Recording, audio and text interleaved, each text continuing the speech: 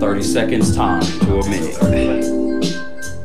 I don't see none of all these sales on here.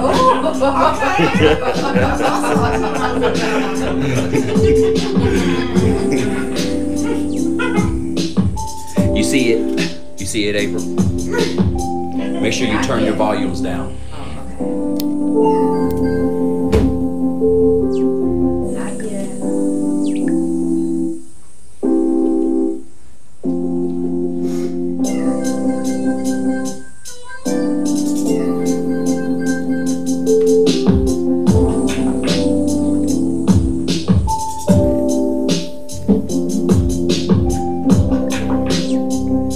What page were you logged into? My regular, April Dimon page? yeah.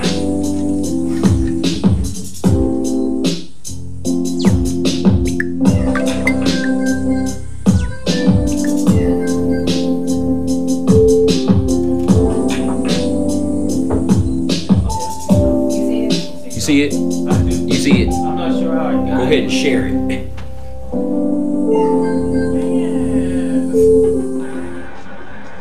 Hey, well, I know that it's hard to get you to believe me, but I just want you to know that if you're ever feeling down or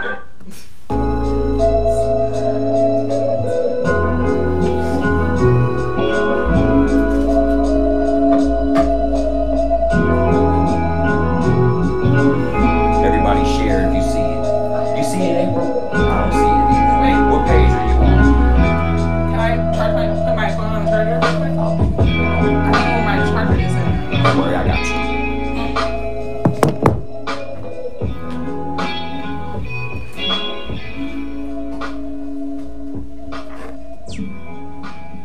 Did you share it? I'm not, I think. I can't find. Cause I'm actually on April's page. Yeah, you got it. I'm on your page. Really? It's there. It's there. What? You got it, yo. Get past all the sales. Make it good. It's good. I love it. Did you go to Okay, go to Derek's page. That's where it'll be. on Derek's page? It's on your page, but he already shared it, so it should pop up for you. I got another charger. Give me 1 second. Best charge me up? Alright. Okay, I see it now.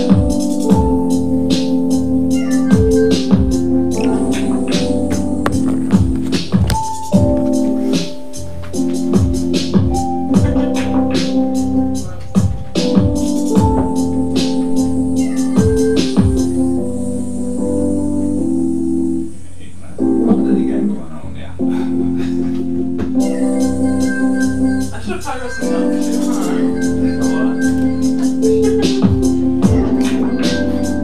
Oh no, now that quality over there got my phone thinking like, You ready? You ready? you know, it's like, I'm ready. Oh, my mind's way up there on that. Turn your volume down. April, turn your volume down. Remember my loud voice? About my loud laugh? Oh, And we on. okay. Good afternoon. Coming to you from QV Studio in Green Valley Ranch. Have an incredible panel with me today. An incredible panel. And let me just introduce a few people. But first, I want to thank Mr. Chris Quick for this incredible opportunity. And he's up and coming media extraordinaire, and so we just want to thank him for the opportunity and the venue and the platform that he's bringing out to the community. Definitely. So Yes. professionally, and so Yes. keep in mind Alright. for any of your events, any of your media production, anything you need related to media, there's a reason why we have the media room in Green Valley Ranch. That's what I'm talking about. Yeah. We have Miss Melissa Quintana. She studied public relations at the University of New Mexico. She did real estate in New Mexico, and she's bringing her talents here to the local district. So we want to get a warm welcome to Miss Melissa. Thank you. I'm happy to be here. I'm so happy to be here. You guys let me know. I'm so happy. This lady does not need any introduction. Zero. She is a beast Already. in the real estate I love industry. it. I Love have it, love followed her for many years and watched her just blow up to levels of enormous, profound success. So, love it. not only that, oh, she's phenomenal, Miss April Denon, and she's also from Clark Yes, University. Okay, Love hey, it, hey. love it. I love her. 100 to the 100. Thank you. Yes. I love it. Absolutely. Give her a warm welcome. Yes. Love it. This young gentleman I have watched over a period of time, and I've seen him position himself and move himself to a political arena. It was toilsome for him at times. I actually saw him when he would jump out, take a break, jump back in, regroup, reorganize, come back out. And so it's a huge benefit to our community to have somebody aspiring like you. And you caught my attention. And so there was a lot of attributes that I saw in you. And so it's an enormous, we want to give you a big welcome for coming here. This guy, Larry Sr., let's get it right. Everybody look at me. Yeah, He's a junior. Senior. No, I know you. Larry Thompson Sr. Is also part of the Young Democrats political party. Vice President. Also For the state. You're Right, also, you know what I mean? Yeah. chair of the Littleton Advisory Board. Correct. And what I didn't know is you also have a platform or experience in genre as far as a financial retirement. Correct. Yes. Okay. Yes. I do Yeah. homework. Oh yes. Oh yeah. I could work there 401k, but I was in there. I'm gonna tell you this. I was more specifically in the government plan. Gotcha. You know what I mean? Gotcha. Listen, I can talk it up for you now. Gotcha. So we just want to give a warm welcome to Mr. Larry Thompson Senior. Yeah. Appreciate it. Yeah. Good man. And those who don't know me, I'm Derek Wheeler Senior. Hey. I'm the owner of Soul Realty Service franchise in Colorado. We did have a location in New York, but it closed down due to COVID. And I also own Soul Electrical Consulting Company. And so Howard University. Okay. All day. Okay. So we just want to set the tone for what we're going to do today, as far as just some general conversation and break into some dialogue, particularly about gentrification, buying versus renting, and overall minority wealth. So those are key things that are relevant and are impacting our neighborhoods and communities as we speak. Yes. I don't want to put too much of a political overtone on this. Man, I know you're rare. I know you're rare. Hey. Right. I know you're rare and chomping at the bit. All right. You know, when you say that, hey, listen, I'm gonna say this. You know, everything's political. I could go this way. You know what I mean? Everything is political. You know, so I learned it it's not a long time ago, probably 2 years ago when I first started voting. Actually, everything is political. Gotcha. Yeah, 2 years in, I was like, everything's political. I was like, no, not me sitting over here with my partner down the street just talking that political. We're just kicking it, right? You know what I mean? Right. What are your senses, right? You know what I mean? What are those funds going into your community, right? What is going to happen to your neighborhood in 10 years, right? Exactly. So I was like, so everything is political. Okay. Let me change the narrative. So I just want to put that out there as a caveat. Absolutely. Believe me, we want to give you that platform and opportunity because as a representative of the Young Democratic Party, your voice is important. And so we want to know what narrative you're speaking and where are you moving. Where's that party moving? And so what's the mindset? Yes. So we want to know all about that. Speaking of housing, so we all know back in 1934 is when they came out with the FHA program, right? And so at that time, we had no jobs, the economy was awful, and so the future looked bleak. And so the government came up with this FHA program, so it was an incentive for people to start buying properties. However, it didn't work out for the minority community. Same old. But it gave an opportunity for the others to buy homes, property, and begin to understand what wealth was all about. And so, moving forward, up to about 1968, we had the HUD Act come out. And the HUD Act said, you know what, this is unfair. We have to give the minorities an opportunity to have home ownership. We said, this is terrific, right? However, it worked just the opposite because it incentivized the private sector and the real estate industry to actually take advantage of the minorities at that particular time. That's where the whole premise or the beginning of the predatory lending. Yes. That's where it started. Yes. That's where it started.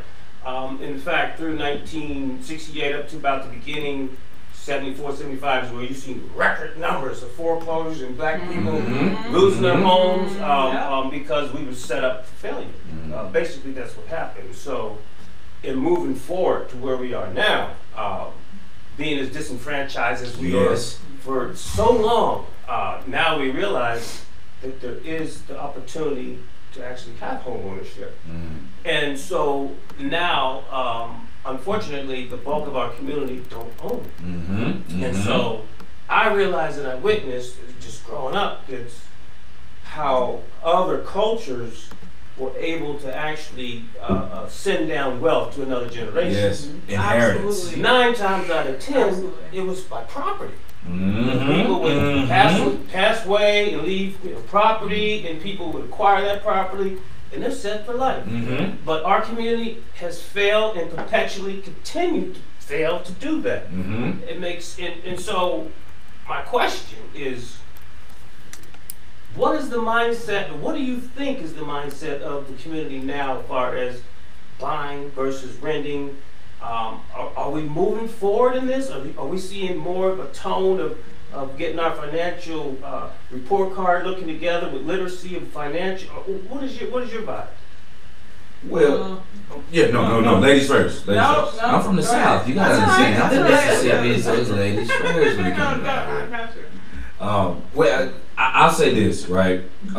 The thing about the game of life is that it's not really a game, but those who have control play it as a game, right? So when we focus on what's happening, we want to see the change of the landscapes of maybe renting and owning, right? That's a mindset. See, capitalism is a mindset, and it trickles down on everybody in a way that it disenfranchises your thoughts of independence. So, and the reason why I'm saying this, we're gonna tie this around, is that, okay, so if I want to be an owner, I have to have a producer mindset. I can't have a consumer mindset. Gotcha. And what's happening is that the political aspect of capitalism, when you have a scarcity of resources, you become aggressive, right? And now your mindset is to consume. And if you go to the South, a lot of our black people are in that position of being consumptive people, right? You want to consume, so you don't think about producing. Non-productive. So you know what I mean? So how do you even, first off, we got to change the mind. Gotcha. To even say we want to set up right, and then when we change the mind, we got to change the laws. Because you got laws that allow it to continue to flourish. So I feel like, for my perspective, right, you know what I mean? I feel like what we're going to do to change the narrative as it begins to change is that we have to keep going in our involvement. Like we have to tell them, hey, look, hey, boss man, you want to own something? Or do you want to continue to pay somebody else's bills, right? You got to speak it in layman terms for a long time, you know what I mean? And go into the communities. I got you. Let me just interject on that. With the renting versus buying and the home ownership, that's just one facet of our mindset when it comes to financial wealth. Property is one thing, but it's a broader spectrum of how we think culturally. Do you know how many funerals I've been to? It even had life insurance. We had ditching. Yes. Oh man. What? That's the whole mindset. It's not just the property. It's everything in totality. We have got to change and shift how we do things. You know, it's just we gotta start. We gotta start somewhere. Stop selling your grandparents' homes. Yeah. Stay with your people's property. Come on. You own that. There's no reason. It's easy for these communities that are, you know, under whatever.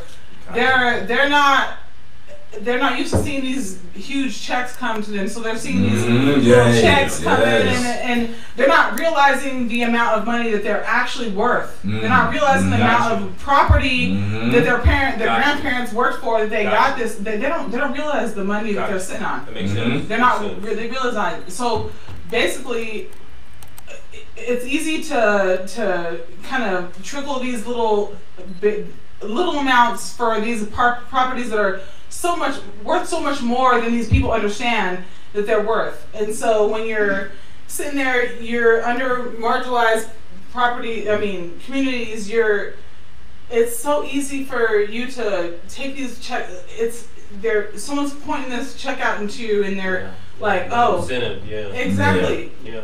There's these money that it's out there, like, oh, I can just sign this, and I can have $100,000. I get $1,000 there, $2,000 there. You know what I mean? But you don't realize exactly what you're sitting on. Mm-hmm. You know what I mean? And so that's kind of where I'm at, like the ignorance, right? Exactly. Mm-hmm. So stop selling your grandparents' property. Gotcha. And then I just wanted to chime in as far as like buying versus renting. It's so important for people to understand, because I think in our community a lot of people think that, oh, it's so hard to buy a house. I don't have a down payment. Okay. I don't have closing costs. Like I'm just gonna rent instead. Yes. And so I teach a lot of first-time buyers classes, and that's what I hear all the time is people like, hey, I'm gonna keep renting because I don't have the down payment. I've closed so many deals in the last couple of years where people are walking away with checks at closing. They're not having to pay any down payment. The sellers are paying their closing costs. So I think that if we can just get that out there more, that it's not that hard to buy a house, and you just have to have an expert realtor explaining everything to you, explaining that, hey, you can own a property and you can get equity every year. You can write taxes off. When you rent a place, you're just renting. Your rent goes up, and you're just throwing away money. So I know some people, they have to rent, but if we can get to that step to just understand that it's easy to buy, you just have to get with the expert realtor that knows, and you can probably walk away with the check and be owning less than you're renting. See, I'm renting right now currently, unfortunately. Like, I hate to say it, but just relocate. Me too. Listen, I feel it. You know what I mean? Like every time I pay my rent, I cry some tears. Like I'm like, you know how much money I I pay. Oh, I could. You know what I could own. What I could pay for rent. But and my situation, it's situational. Obviously, my situation. I'm not in a spot where I can, but it's if you can not have to throw your money away every month. If you cannot have to I'm paying almost $2,000 a month down the drain.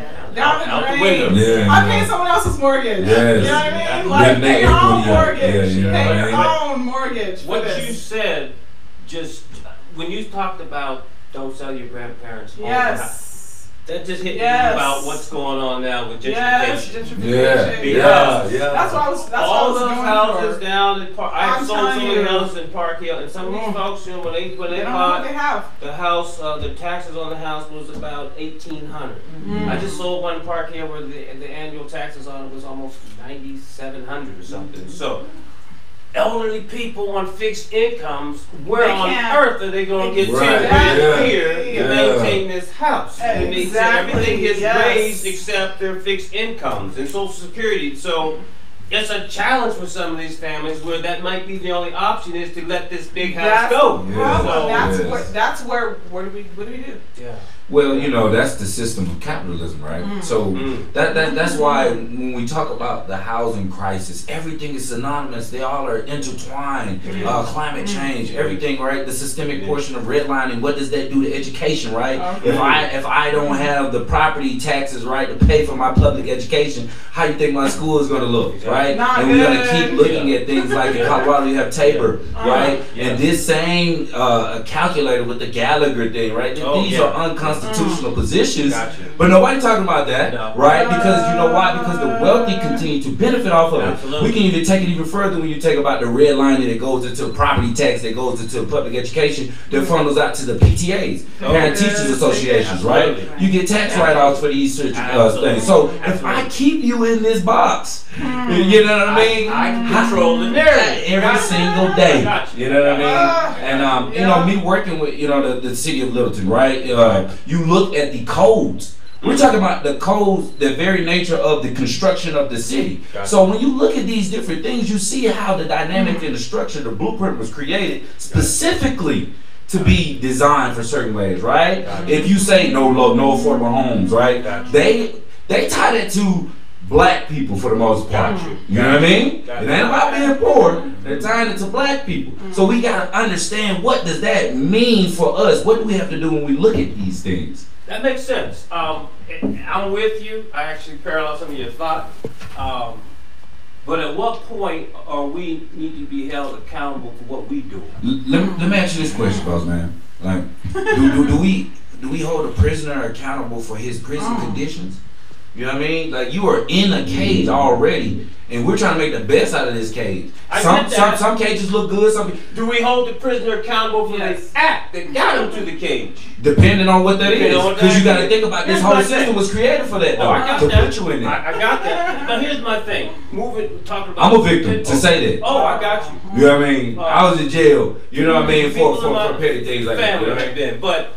At some point, we got to be accountable for what we do. Now, there's another thing. Talk about from a financial perspective. How many people I run into and I have to help time and time again. Self-employed folks who perpetually and continuous to do not do their taxes the way they should be done. Right.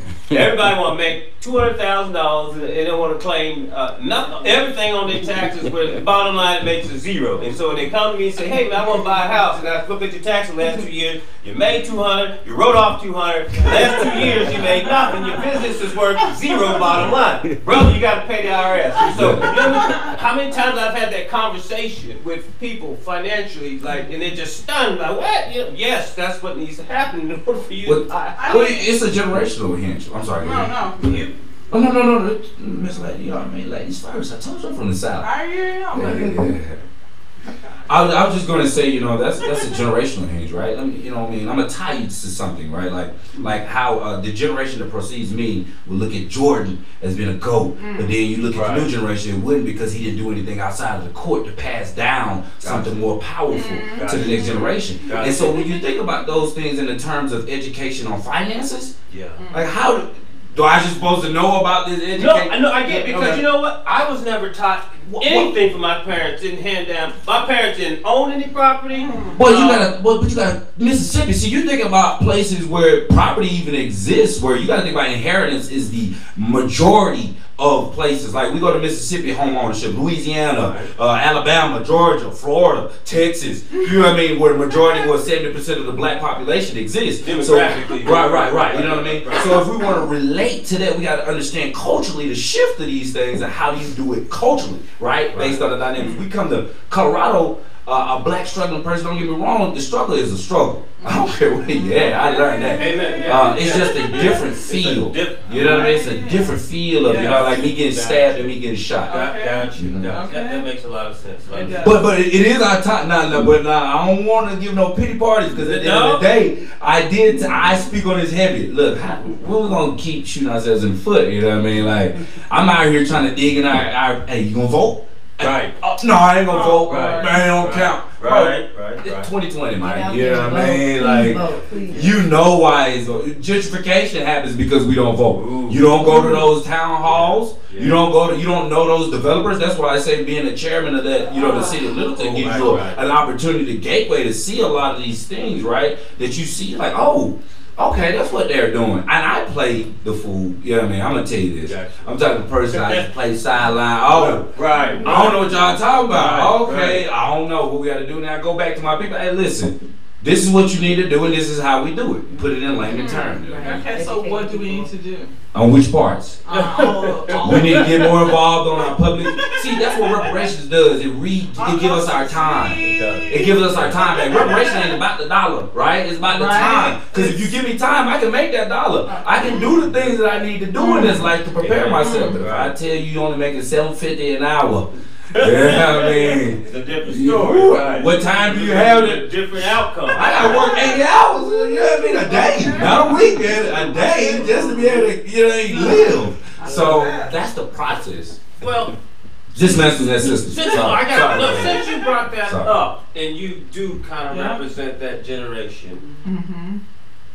And I will say that just in watching the collaborative, you know, across this whole country, there has been a tone set, and just the momentum that I've watched over the last 8 months or something has just been enormous compared to what the other generations, my generations, whatnot. There is a huge shift in movement in what you're doing, and so I will give you that you have. I don't know though. I don't know. Yeah. Because I looked at those movements back in the days. Listen, boss man. Listen. Yeah. The only difference is that we were in social purgatory at a time where the other time we weren't. We were. You know what I mean? We were literally just going. You had baseball still going. Yeah, we did, but I don't think for some and the reason, internet. That too. Yeah. For some reason, your movement is more inclusive. You're attracting so many others. I mean, look at the marches. Look at everything that's going on. The majority of it is Caucasian people. That's a fact now. And you know, that is a fact. So you know, you're doing something to attract and include and make it more inclusive to what's going on. But you gotta think about this: the numbers of rationale. And I'm sorry, I'm gonna throw this thing because that's a beautiful panel.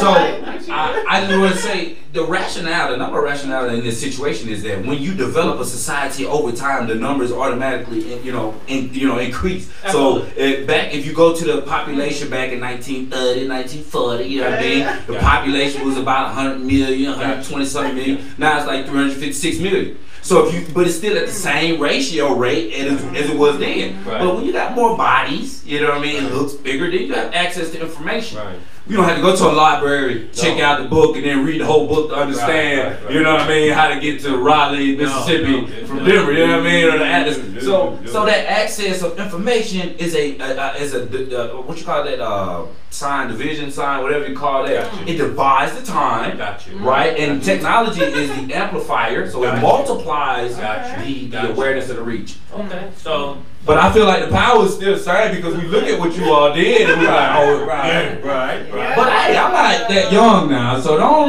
think I'm like, we all hold our age. I'm 30 now. I'm 30, so you know what I mean? Leaning on it, man. Oh my goodness. So, just it's interesting what you were talking about, Bar, is programs for people to actually own homes. And that's huge because a lot of people don't know. And you're correct. They think it's this huge monumental task to have home ownership. And it's not. It's not. And there are programs. There's actually grants that you don't even have to pay back. Literally. There's so many programs that I have worked with over the years that will make you a home owner. And so having the expert that we do have on the panel, can you just kind of go over a little bit of what's some of the programs that's available here locally in Colorado? And I'm sure you're familiar with Aurora Hope, who's a phenomenal program down there. And so just let people know what's available out there so we can kind of push the narrative of home ownership. Absolutely. Without that, you really will not ever be able to obtain or sustain a sense of wealth. So buyers, if you are looking, the very first thing that you want to do is you want to speak with the lender. Some lenders have different programs. Like if you work with the bank, some lenders can only use their bank loans. If you work with the outside lender, like I know I work with a lot of brokers, so they can shop for different loans. But a lot of my clients in the last couple of years, they've done CHAC, which is a down payment assistance program. You only have to have $1,000 to put down, and they will take care of your down payment. Another program that a lot of people use is CHAFA, and that's a program here in Colorado. Again, you don't have to put it. Well, with that, you do have to put $1,000 down, but you don't have to pay any down payment. So usually, a down payment is going to be about 3.5% of your purchase price.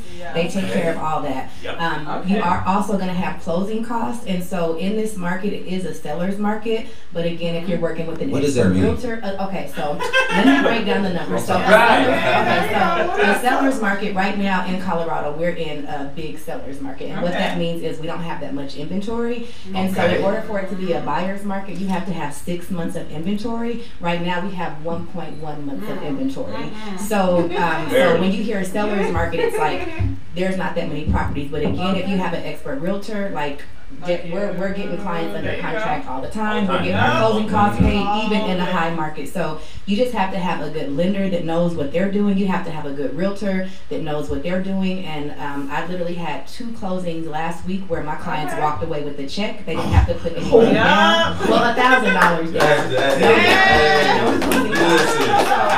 So the programs are out there, I'm a native in Denver. I've been doing real estate for 18 years. I've had my own brokerage for 11 years, and so I love helping people and just explaining to people that it's not that hard to buy a house. Like, just come talk to me, come and sit down and talk to me, and let's go over all the programs, CHFA.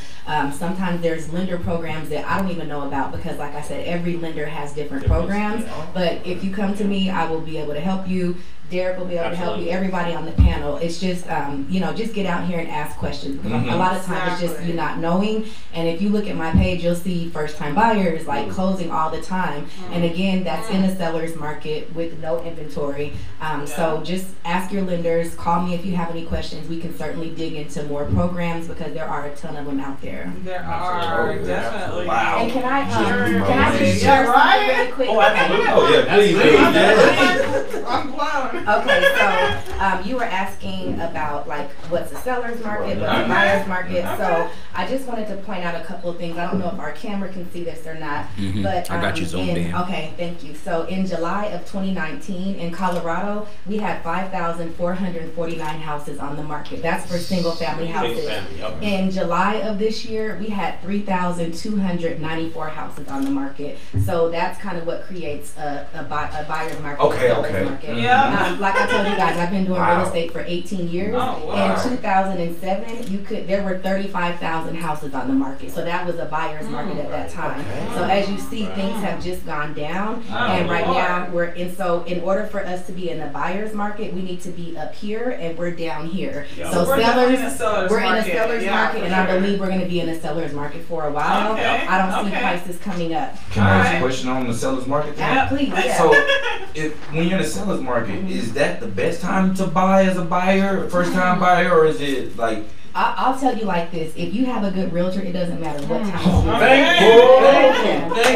That's the answer there. I always say that. Thank you. And then one other thing, and I'm like, I don't want to take up too much No, time. please do. Hey, you got That's clear. Okay, so we were talking about like gentrification and just kind of things like that. So in 1973, you could buy a house in Colorado for $20,000. As you see, our prices have gone up. We had our big recession. I don't know if we'll get into that, but it dropped and prices have been going up since then. So people are always like, well, should I buy? Should I wait? Buy now because the houses are going to keep going up. Last year I had clients like, oh, I'm going to wait. Now those homes have appreciated 6%. Absolutely. So if we go back to when people were buying in like 2007, 2008, I had a closing last week. A client walked away with $230,000 from a house that they bought. And so we were talking about generational wealth, and I know we'll probably get into that later, but real estate is the way to go. Yes. If you've bought something in this time, you are sitting on $100,000 or more of equity just from Colorado. Now I can't speak on other markets, but Colorado is a very strong market. We've been strong, and if you want to get that generational wealth, you need to buy now. Don't be scared of COVID. Don't be scared of rate cuts. And another thing too, while we're talking, so interest rates are at an all-time low right now. I just closed one last week, 2.2% for an interest rate. Free money. That is 2.2 on anything in America. That's true. My first house was almost 13% in. 13. And so I had my very first house built in Green Valley Ranch back in 2005. I ended up getting rid of it, but my neighbors, they just sold their house $400,000. So if I would have held on to that house, I would have walked away with about $180,000. But I have properties now, and I'm going to make sure I hold on to those. And that's the thing, is just, holding on to them. If you do have to sell, properties, we'll get into that later, but I don't want to take up too much time on this. It is an excellent time to buy, please. And another thing, like if you wait for it to be a buyer's market, like he said, the interest rates could be 10%, 13%. We don't know what they're going to be right now, so just buy now and take advantage of those low interest rates. Yes, absolutely. Like she said, this market is, well, we know the average home now, what the cost of an average home is. And the price tag actually freezes a lot of potential buyers. Yeah, right. So you gotta understand, if you weren't in the game before, majority of the people that you see moving into these neighborhoods that are $700,000, $800,000. Well, they had property before. Oh yeah, okay. They're rolling that equity into that property. Most people not gonna qualify for $900,000 because you gotta have your debt to income, and you won't qualify. Most people have bought something previous, and so they bought something, they got the equity, now they roll it into something nicer, got the equity, roll it in, now you see why they moving into these really nice homes, but it was a process. And so I say it's always important, unequivocally, I don't care what the market's doing, buy something. I don't care if it's a one-bedroom condo. Get something because it will propel you to the next step as you grow equity. And so that's the sense of being, you know, what we need to do. I love that. And you know what? I'm glad I Googled this. So I had to make sure first. Right there. Yeah, I was like, let me make sure. Somebody told me 90% of millionaires started in real estate. You know what I mean? Or 90% of millionaires in America were developed through real estate. I was like, you know what I mean? I looked that up. I was like, what in the 90%? You know what I mean? It's like, listen, 90. I'd rather take that 90 than shoot for the NFL. You know what I mean? Like, listen, I know that I'm gonna be healthy and have, you know what I mean, my $1 million, and I'm gonna take some L's in this one. So that blew my mind. My brother, he's in Mississippi. He on my neck. He's like, I got this money, man. I'm waiting to roll it over. I'm like, hey, okay. So now I'm up there trying to study real estate, right? You know what I mean? FYI, though, I did attend Armburst Real Estate Institute back in 2017. So I know I did. You know, I know the information. I just never took the test because I felt overwhelmed. Afterward, I didn't have any guidance. I was just out there on my own, and I was like, I can't do this. Speaking of that, it's important you brought that up because it takes me to something else about new agents being in an environment in brokerage firms. And so, April, my firm came out in 2013, and you've been rocking it longer than me. 2009. I started in the recession.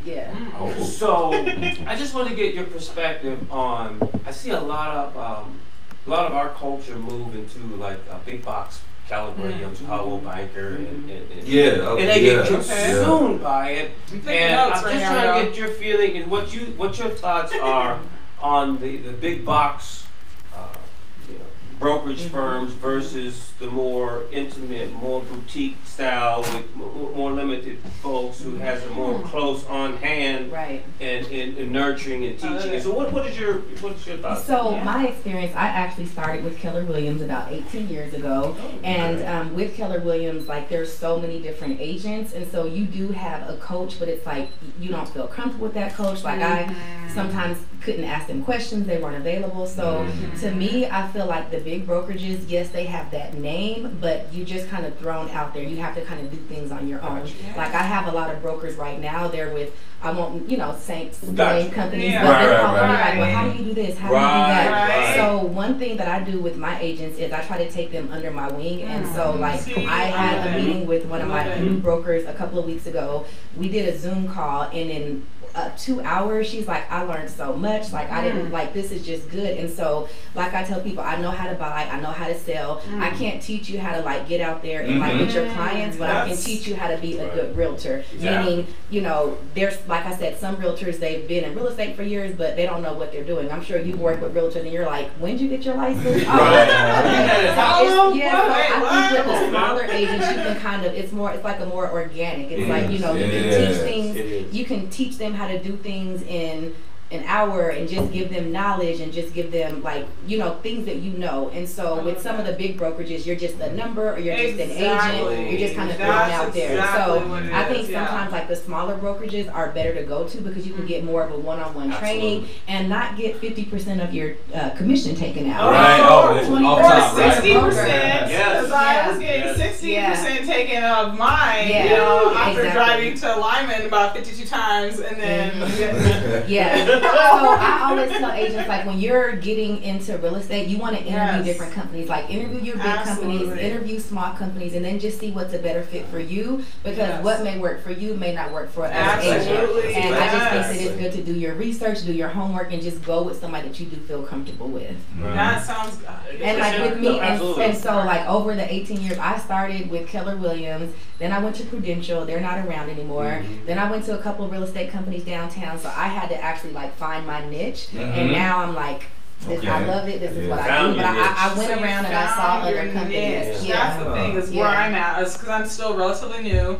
I'm still trying to find where I'm at. I'm trying to find my niche. I'm trying to see, you know, where I go. I'm at a company now. It's a good company. I feel it works for me for right now. But I'm just like, it's hard when you're new, trying to, especially being from me. I'm from New Mexico. I'm not from Colorado, and so I'm new here. I'm dipping my toe, you know, trying to find my people. You know what I mean? Because like if I was in New Mexico, I'd be selling all the houses. But I'm here, so I love Colorado. I love the community, and I love the people here, and so I'm just trying to find my way where I fit in here. But I just love it, and I'm just happy to be here. We're glad you're here. I thought that was important because I started with Cargo Banker in DTC, and there was over 300 agents at the time. And I felt I got caught up in just a number. I didn't learn a lot. That's the thing. And at that time, I was paying. Back then, I was getting like almost $600 a month for desk fees and everything. Plus, $600 a month. Plus, I was taking them 35% of my commission. And my first deal was pretty large. You thought you were about to. I was expecting something. It all made sense. Oh, this ain't gonna work. This ain't gonna work. And I think it's important for new agents to find that environment and that culture that can actually teach you something, embrace you, and give you the basic tools to take you to that next level. It's crucial. It really is. That was good what you were saying. I just wanted to get up on that as well. So, and moving forward, Black wealth in general, and we all have a different perspective of what that is. We see what's on the media, or TV, and whatnot, and what their perception is of black wealth, and it's a different thing for what we think about. You know, at the barbershop. That's a fact. It's different. It's so different. And so, in your opinion, you know, in your view, I mean, what do you consider black wealth, and how do we get to obtain? So we can actually move that pendulum to the next level. Okay, this is what I'm working on, man. Well, before I became VP of the Young Democratic Party, I said, hey, listen, I'm doing this. It's a reparations, boss, man, because I have to, and it's not a handout.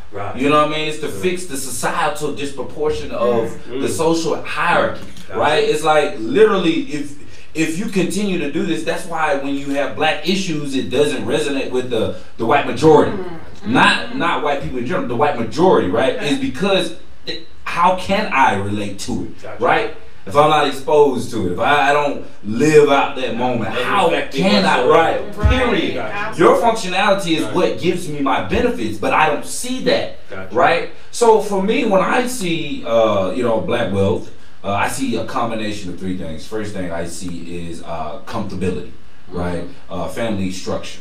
Right, having a solidified. Don't mean you have to be with you know what I mean. You don't have to be there, but you have to have a healthy connection, and that has to be seen because a trauma person can't develop the way we want them. A culture, right? Like the trauma culture can't develop the way we want. So we have to fix that, and then once we fix that, we can create a platform for everybody to really understand themselves. Now, what is my knack? You know, as she said, she found her niche. She was in the game. When she found that niche, that's when she turned it up. You know what I mean? It's like, another level. This it? Oh, no, it's over with now. I'm top dog now. You know what I mean? And every person has that. But when you're in a scarcity place, you know, when the resources are scarcity, it's kind of difficult. So for us, you know, provide resources into these scarce locations, right? And have people comfortable with that. And the final thing about it is the financial education. Right? You know what I mean? That's a thing. Like, listen, I'm hurting it. You know, I'm telling you, literally 2020, like 5 months ago, just started doing better with my finances. I used to get a check, you know what I mean? Where we flying to? You know what I mean? Hey, listen, who got the, you know, where we going? And I didn't know that I was programmed like that. So I was like, why am I, after you spend it, you think about it, right? You know, it's like, oh no. I need a little sandwich, man. I just bought this. I can't eat these shoes I just bought. You know what I mean? So once we understand that and start digesting the right, things, food as well, that mindset, the producer mindset that I was speaking earlier. Absolutely. That's what Black Wealth is to me, is producing the producer mindset. Because once you do that, I'm telling you. And but to be honest with you, we already are some producers. I'm gonna tell you, you go to the neighborhood, they will sell you anything. A microphone, you need a mic, you need a glass list, you need ice cubes. You know what I mean? They will get whatever. So our job is to hone in that talent. Because it's like, okay, we see that you got the juice, bro. Right. You need to put it in the right. That's why I got Minority Lenses. My nonprofit, I started Minority Lenses 2 weeks ago. Okay. And the focus is life science, social science, and engineering science, and mental health. And in life science, you develop yourself as a character. Social science, politics, right? Finance. Because society, listen, who you gonna talk to with no money? You know what I mean? Listen, who gonna talk to you gonna be on the street?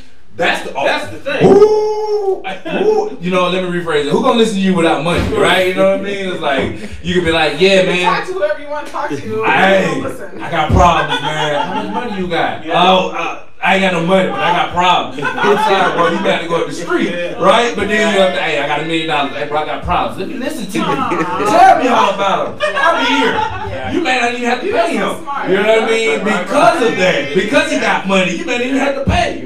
So that's what I see. I see us developing giving them vehicles, understanding that those vehicles, that's why the nonprofit is an instrument, because I see life as an instrument, everything. Love is an instrument, the party, the Democratic Party is an instrument, my thoughts are instruments. It's up to us to use these tools the way that we need to. But if I tell you that gun is made for killing and not protecting, then what kind of mindset will I have? Have a killer mindset. You know what I mean? I'm not gonna have I'm trying to kill my people. I'm looking for somebody who I need to murder. So that's the step, you know what I mean? Creating that new healing process mentally, you know what I mean? Educating us financially and reconstructing the family dynamics, right? Not necessarily you have to be with them like that, but at least have a healthy relationship shared. Gotcha. Yes. Sorry, it was extensive. No. That's I get a little windy. No, we like just spinning off of that. How we look at our community, and it's interesting to me how some of our minority businesses are just on that same old mentality that like as though we're in competition and we're jealous. The bucket of crab mentality. She made it. And so I don't understand that mentality. Capitalism. Could be. Oh no, that's it. Because capitalism puts you in a position that you have to compete.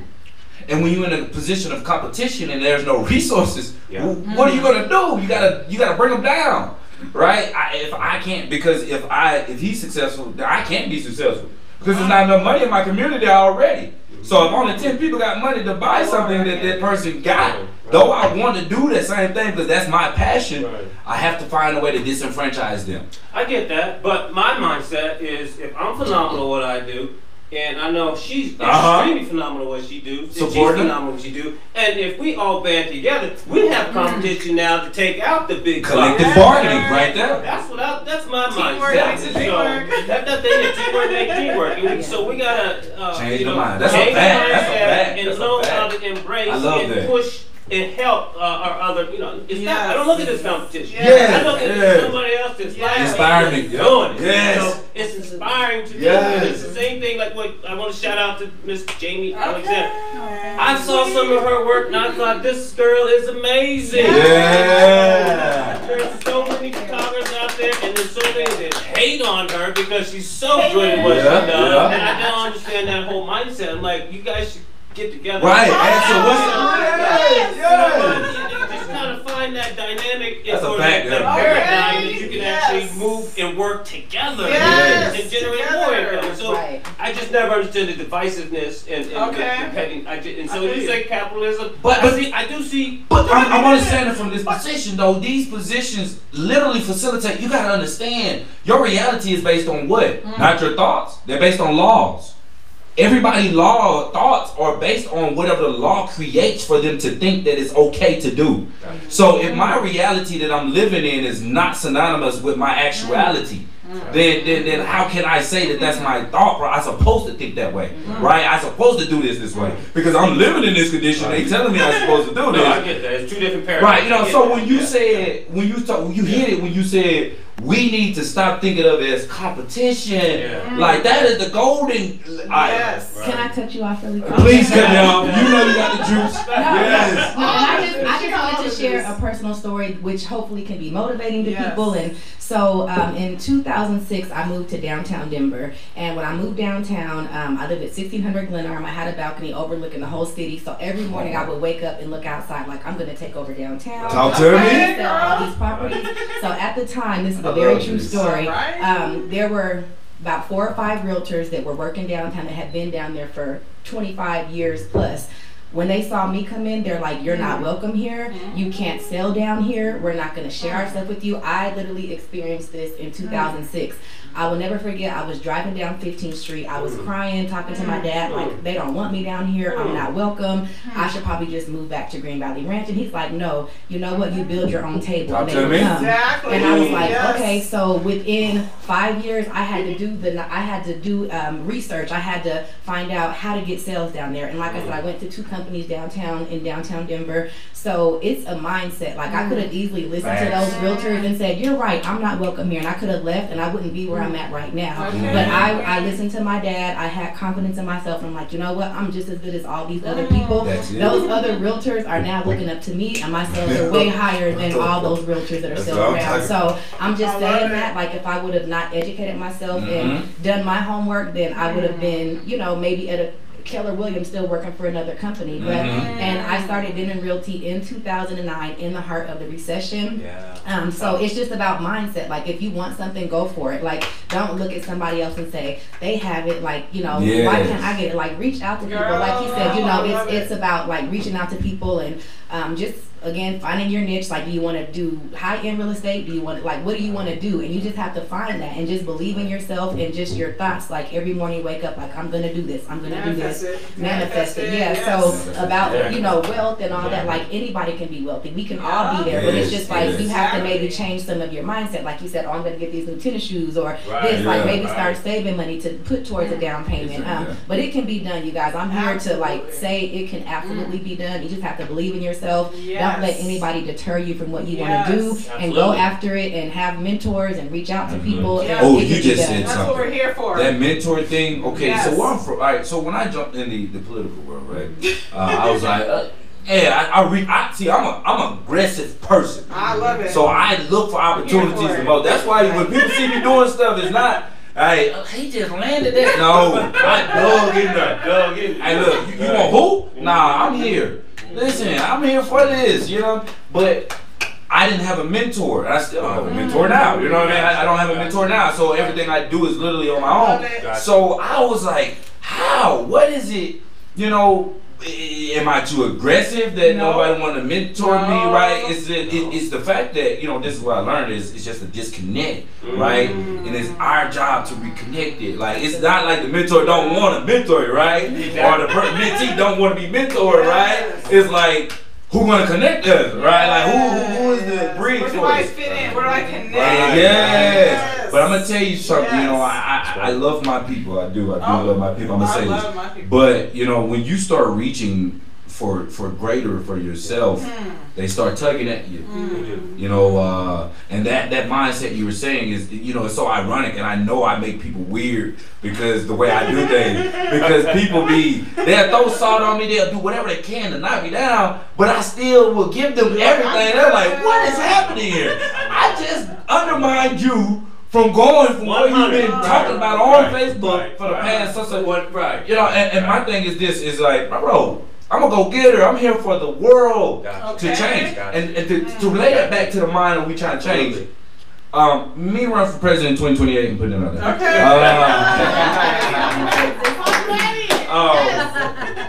I realized that when I said that I committed to myself, how she looked over the world, I mean over Denver, it was like, okay, I'm about to take it over. I was like, okay, I'm about to take over the world, but why? Right. So when you learn that, okay, your objective, but why? Right? A lot of times people don't ask themselves why. Right. I go to the neighborhood, they wanna be millionaires. Why you wanna be a millionaire? You know what I mean? Like I want to own 19 cars. Why you want to own 19 cars? Right? Okay. And I learned that why, and that's what we need to teach our people. You're right. And I said, my brothers, they watching it now. I'm telling you, I've been in the midst of people that don't do these politics. You know, they don't have the conversations of legitimacy. But don't buy the car until you get the house. Don't do it. Somebody posted that, Don't and I do saw that. that, and I didn't know Don't get that. that range. I have people with $700 a month car note, and now your debt to income so out of whack, I can't even get you qualified for nothing. Can't get a trailer. Don't have a fat new Benz if you're renting. Please don't. Oh, Lord, Jesus. Get the house, buy you a piece of junk. Yes. Anything. Then get your house. Y'all hear that, right? Hey, Don't listen. do it backwards. Yeah. Screw yourself up. You really will. Can I ask a question on that? Okay, when they say buy the house and not the car, right? Yes. And I look at the loan, what is it? Is it the loan to debt ratio, or what is it? I mean, no, income to debt. Income to right? debt. If I'm making, let me give you some. If I'm making $50,000 a year or $40,000 a year, Okay. how would I be able to afford the house the same way? You know what I mean? Like that I can get the car. Let me just put it this way. Let's say you wanted to buy, let's say $100,000 house, which is nowhere around here. Right. I'm like, you gotta do And the that. payment is City. $1,000 a month. Let's just say hypothetically it's $1,000 a month. Okay. And so what we do is say debt to income. Let's say you're making $4,000 a month income, but now you got $1,000 in student loans, so it takes your income now down to $3,000. And let's say you got a $700 car payment. Okay, right, okay. It's starting to shrink. Okay, So everything you have now, to qualify for the mortgage on that property, we're gonna start taking all your debts, and we're taking it away. We're taking it away. So the more you have acquired in debt, is the less you're gonna have to actually qualify for a loan. So get the house first. So what's the percentage difference? Like what is supposed to be my debt to income ratio percentage? You know what I mean? To be able to get a house, like 50%, like actually 50. I'm just 51, 52 in some. Oh, I was just throwing a number out there. Oh wow. But here's what I preach: is I don't want you to be at the bare minimum or just at the threshold. Talk to me. Because I don't want you to be house broke. Yeah. There's one many people that do that, and so I always tell you. Get that used car, that something that just gets you from point A to point B. You don't need that, the Gucci shoes. He's at Gucci now for the record. Mine's are. I know. Hey, you can afford it. I can put the work in. Put the work in, and so don't try to compete when you're not. It starts with a foundation, and so you gotta get yourself into a situation where you have to own something, and then you can go get the new Benz. You gotta put your priorities together. Absolutely. What's important. Absolutely. That's why I've been driving my 05 Tahoe for about 10 years. Yeah. Keep rolling. Hey, you no think you car go? payments. Keep rolling. Keep rolling. Exactly. So, in totality, and just to wrap up and summarize, I just want to get everyone's opinion on voting and the importance of it, and so we can kind of wrap up and move forward. Melissa? Me? I mean, as far as voting goes, I'm not sure that I probably was the first person you should have asked. However, That's the best person to ask. I mean, you know what I mean? I'm just at the point where I'm just tired of voting for the lesser of two evils. Like, I'm just tired of, you know what I mean? Like, what am I voting for? Give me something to vote for. You need something tangible, eh? Yeah, absolutely. And so, like, I haven't been passionate about voting for a minute since, you know what I mean? It's just been too much. And so I'm like, obviously I'm going to vote. I'm registered. I'm going to do it. However, I'm just like, don't sit there and think, you're not black if you don't vote for me. You know what I mean? Right. No. Right. You ain't black enough. You're not black.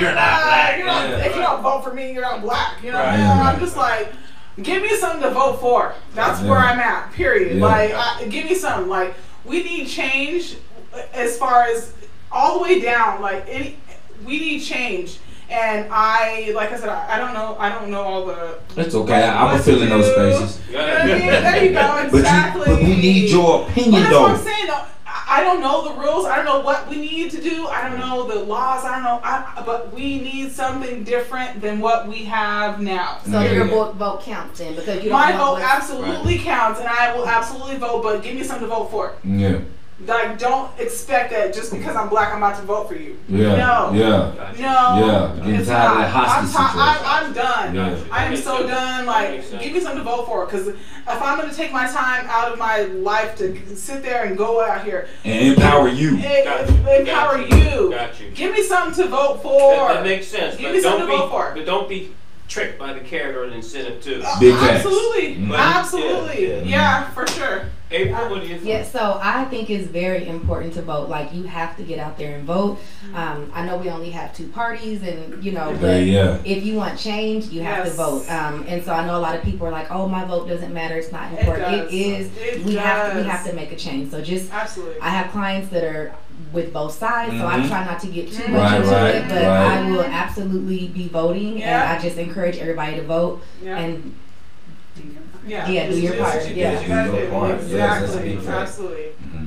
And for me, when I think about the voting scenario, I mean, listen, you know, I am a youth vote organizer, but listen, I say this: you are absolutely right. People are like, man, you were so critical of Joe Biden, and now you worked for him beforehand, right? Because listen, I'm a realist. I mean, I'm not here to sugarcoat something to get liked. Yes. Listen, I came from the bottom, so I don't want to hear any of that blah blah if it's not going to be beneficial for me, right? So you got the right. You got the right to have the power of that gun of your vote, right? What do I vote for? You're right, and that's why I press. So let me give you some things that are on the table that we can do, right? We got HR 40, you know, which is reparations, which to change the entire dynamics of the whole construction of America existence. And the thing about that, we got 100, I think it's 127, 137 between that ranges of write-offs. We need co-sponsors, right, on this bill. We need, I think it's 240.